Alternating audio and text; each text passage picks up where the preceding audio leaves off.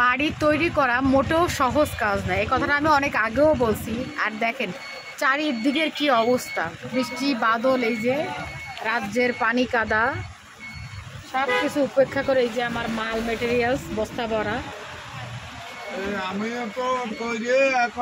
এখন তারপরেও আমার কেন জানি মনে হয় যে বাড়ি করা বোকামি, আর বাড়ি করে যারা তাদের মানে অতিরিক্ত পাগল বা কী কব, মানে মেন্টালি একটা কামড় কয় না, তাই কই সহজ বাংলায়।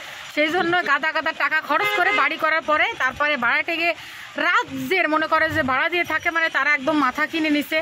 তাদের পয়সা ভাড়া দেয় অনেক কষ্ট হয়, কিন্তু আমাদের পয়সা দিয়ে আমরাও তো কামাই করেই বাড়ি বানাই, কিন্তু মনে হয় যেন আমাদের গাছের পাতা টান দিয়ে ছিঁড়ে ছিঁড়ে আমরা বাড়ি বানাইছি, এরকম একটা বিষয়।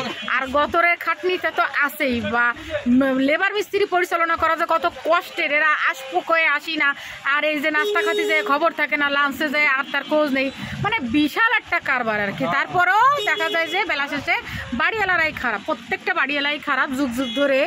যা কজনে বললাম যে পাগলে কামাইছে দেখে এই যে বাড়িঘর দৌড় করতেছি। ভাই আপনারা দোয়া করেন যে শেষ পর্যন্ত ধৈর্য থাকে, এইটাই আর কি বিবৃতি দিলাম। কারণ আমি আজকেও যাইতেছি সাইডে, মিনিমাম 3-4টে আমার মিস্ত্রি লাগার কথা। আমি অলরেডি মেয়ে মানুষ, বের হয়ে গেছি 7:30টায়, কিন্তু যাই দেখবো যে কারোরই খোঁজ নেই।